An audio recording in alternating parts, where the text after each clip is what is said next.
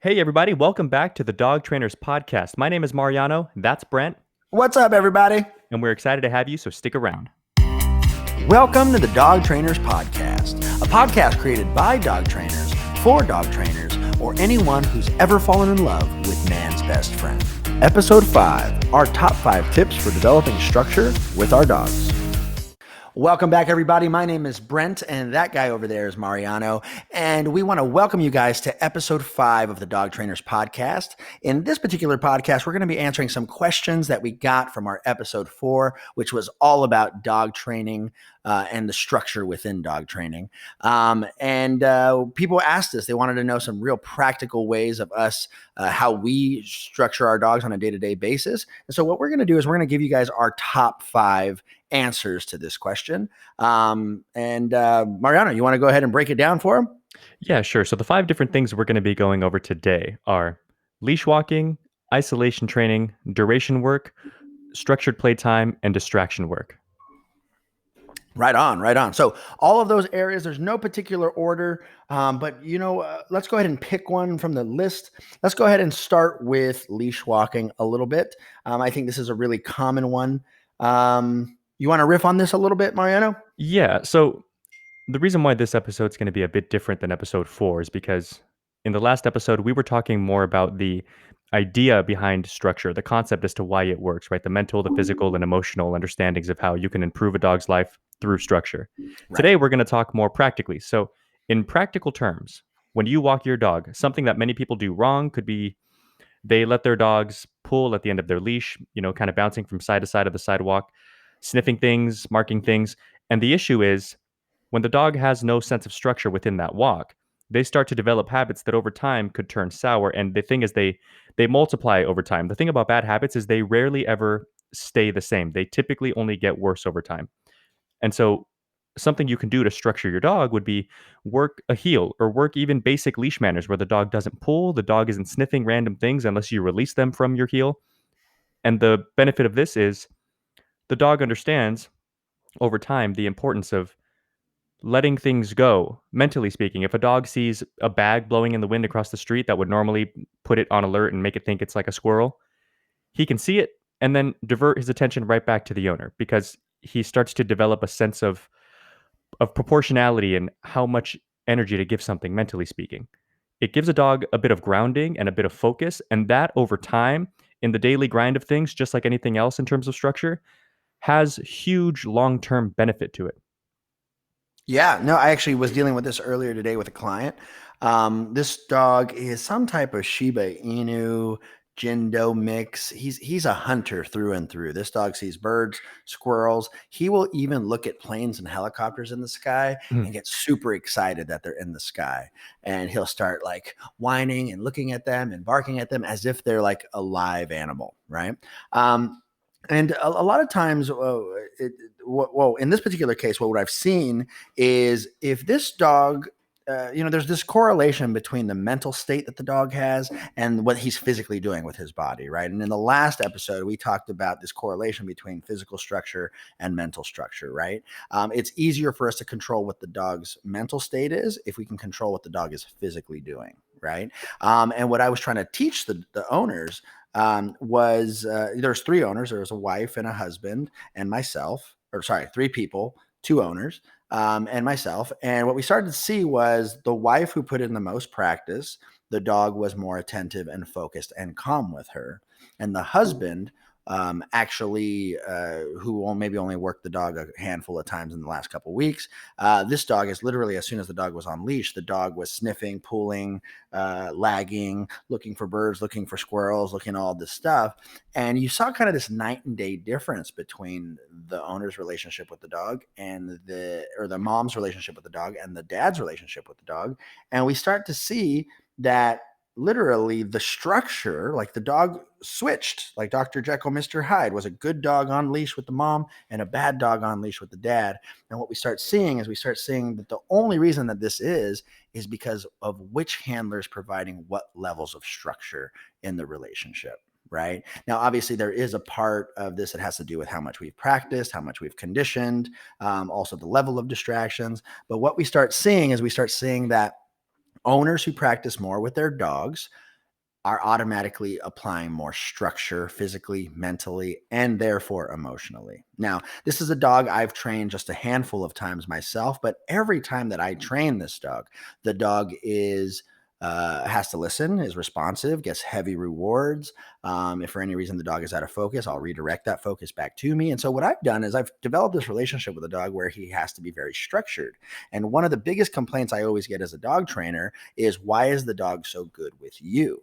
Right. And the reason is because of the parameters, limits, boundaries, rules that we set naturally as dog trainers that a lot of normal dog owners have to learn and put into practice in order to become good. And literally, just like you saw, I saw the dog was great with the mom, horrible with the dad.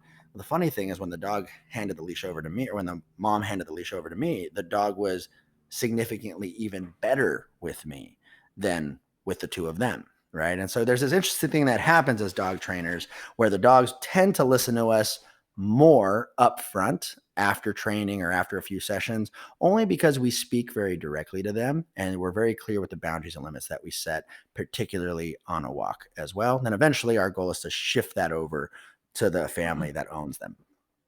Yeah, 100%. I always tell people there's a big difference between what a dog knows and what they're willing to do for you. And what they're willing to do for you depends on how they feel about you, and that depends on the day-to-day structure. Mm-hmm. Mm-hmm. So one thing I want to do is I kind of want to, for people listening, we're talking about leash walking right now, right? We're talking about structure in leash walking, and what I want to break down to you guys is kind of a um, a perspective a little bit, so that hopefully maybe you can see if this is what your dog does, or maybe you've seen improvement through dog training. Um, Dogs have two ways of thinking with stuff out on the walk. Okay. They are either going to indulge in whatever habits have been conditioned by their previous environment or by their instincts. Okay, so let me explain that. There are some dogs who, let's say that it's a rescue dog. Their previous owner let them sniff and do whatever the heck they wanted and mark every single tree that they ran into. So, guess what? When you adopt that dog, you're going to notice very quickly that that dog has an obsession with marking on the walk, right? Or pulling, or doing whatever they want, or looking for squirrels, or some situations, lunging at the dogs that they see, or running at passerby, or chasing passerbyers as they come by, right? So there could be a whole series of habits that the dog could develop on a walk. So what their previous environment or their instincts developed, or your dog can do what you develop them to do, right? And so this is very binary. It's either this or it's that. And a lot of times what happens is we see prior to dog training, a lot of people choose the first one. They choose by allowing the dog to do whatever their instinct or their previous environment taught them to do, right? And what we see is that there becomes this obsession over things that don't benefit us in our relationship with the dogs, right? Our dogs are more interested in the environment than they are with you. And this unfortunately kind of puts us in a bad situation over time, because when we need our dogs to listen to us outside, we don't have the mental structure or emotional structure set in place to be able to call upon the dog's obedience or participation at any given time. Right. And so one of the areas that all dog trainers will agree is that you have to structure your walk. And the way we structure walks, there's so many different ways of doing it. But the main goal is we have to make sure we increase engagement on walks up to the 80 to 90% of the time. Right. Right.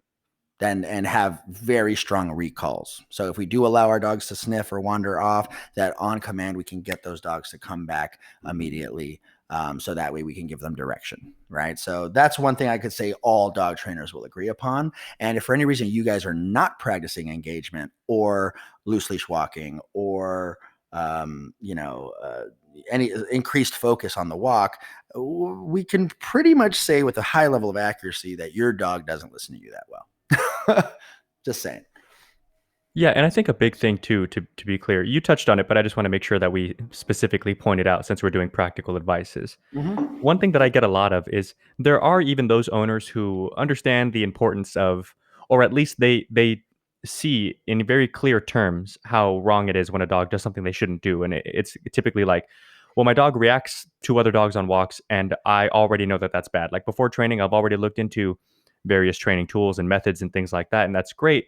Where they tend to fall short, though, is even if they go with a certain tool and they, let's say, correct or redirect or whatever the case in the moment, and they do it, not so poorly. They do it somewhat correctly, and then they wonder why they're still struggling. Right. Where they tend to mess up is they don't do the groundwork. They don't work Yeah. the heel or the command or the expectation that the dog should be in clear Right. understanding of Right. before the distractions happen. Right. 100%. And I think another analogy is this. It's there was a podcast I was listening to, and the guy hosting the podcast, he asked the people, he was giving a lecture to fitness instructors, and he goes, "Hey guys," he goes, "So we all know the key to fitness, right? Like you guys would all probably agree it's pretty simple." And they said, just eat right and exercise, and you will be fit. Right? It's that simple. It's that simple, he said. And everyone was like, yeah, true. We totally agree with that. So the problem is, however, even though fitness is that simple, we're still looking for that workout equipment, that workout outfit, that special shake that we have to drink. We're still looking for, that special diet plan. So we're constantly looking for something else to be an immediate solution to the problem that actually takes discipline and structure to actually see long-term profound results. Right. And this is ultimately with dog training as well. One thing I did tell my clients today, as I told them, I said, so you guys see how the dog goes from 0% focus to 85, 90% focus after just a couple of these practice drills. And luckily these clients were athletes, right? One of them was a professional figure skater. So I talked to her. I said, you have to know that when you're training this concept, teaching the dog to engage, not pull on the leash and focus, this is something that has to be practiced and rehearsed over and over and over. And what she does is she stops me and she goes, like turning and figure skating. Right? And I was like, I had no clue about figure skating. And she was telling me, she was like, yeah, there's every move you have to practice till it becomes part of who you are. It becomes a natural movement for you. We went over this a little bit in the last podcast, talking about the importance of conditioning, but this is so important in order for us to not only change the habit of the dog, but you're literally changing the mental and emotional states of the dog. Right. To an extent, even the physical. I mean, the last time I ice skated, I fell flat on my face, but it's funny. It was a stark contrast from the first couple times in that even just being on the ice, I don't know if it's you just develop certain muscles or, over time, but like not only was I better at skating and faster, but I wasn't as tired the next day in my legs and things like that. So in a very real sense, structuring a certain thing, hammering home a certain skill set or technique, even physically will change you. 100%. It's your body will adapt and your brain will adapt. Right. So I think we talked a lot about leash walking. Just to recap, pretty much if you guys have disengagement on the walk, if your dog doesn't pay attention to you for at least more than 60, 70% of the walk, there will be a problem in the behavior with you and your dog, right? If you guys need help, reach out to a local dog trainer and ask them to teach you how to do it. I will tell you this as well. If after 3 sessions, your dog is still walking horribly on the leash, change your dog trainer. Yep. Change your dog trainer. That's all I'm going to tell you. Agree. Okay. Change your dog trainer. Unless the dog has a very severe reactivity and aggression issue or extremely high prey drive, then change your dog trainer. Cool. Yeah. All right.